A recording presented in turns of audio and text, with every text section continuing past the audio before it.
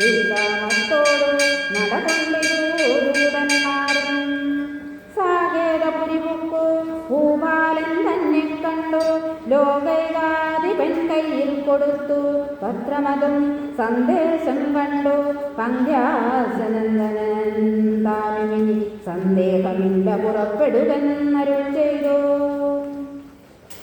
അഗ്നിമാനുപാധ്യനാകിയ വശിഷ്ഠനും പത്നിയാമരുന്ധതിദാനുമായി പുറപ്പെട്ടു കൗതുകം പൂണ്ടു ചതുരംഗവാഹിനിയോടും കൗസല്യാദികളായ ഭാര്യമാരോടും കൂടി ഭരതശത്രുഘ്നന്മാരാകിയ പുത്രന്മാരും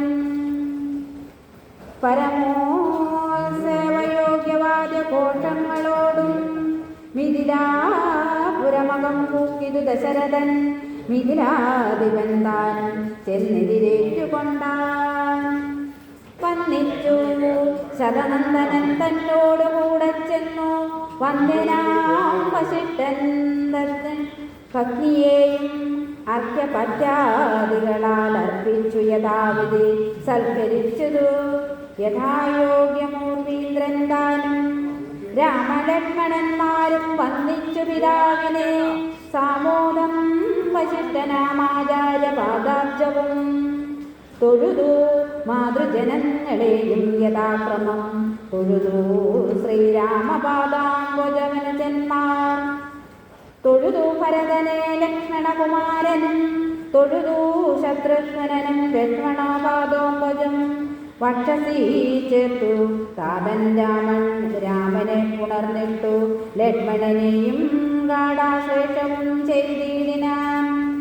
ജനകൻ ദശരഥൻ തന്നുടെ കൈയും പിടിച്ചനുമോദത്തോടുര ചെയ്തു മധുരമായി 4 കന്യകമാരെനിക്കുണ്ടു കൊടുപ്പാനായി 4 പുത്രന്മാർ ഭവാൻ തനിക്കുണ്ടല്ലോ താനും.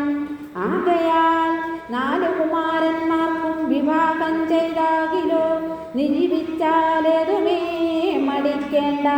വശിഷ്ഠൻ താനും ശതാനന്ദനും കൗശികനും വിധിച്ചോ മുഹൂർത്തവും 4 യഥാക്രമം. ചിത്രമായിരിപ്പോരു മണ്ഡപമതും തീർത്തു മുത്തുമാലകൾ പുഷ്പഫലങ്ങൾ തൂക്കി സന്നാ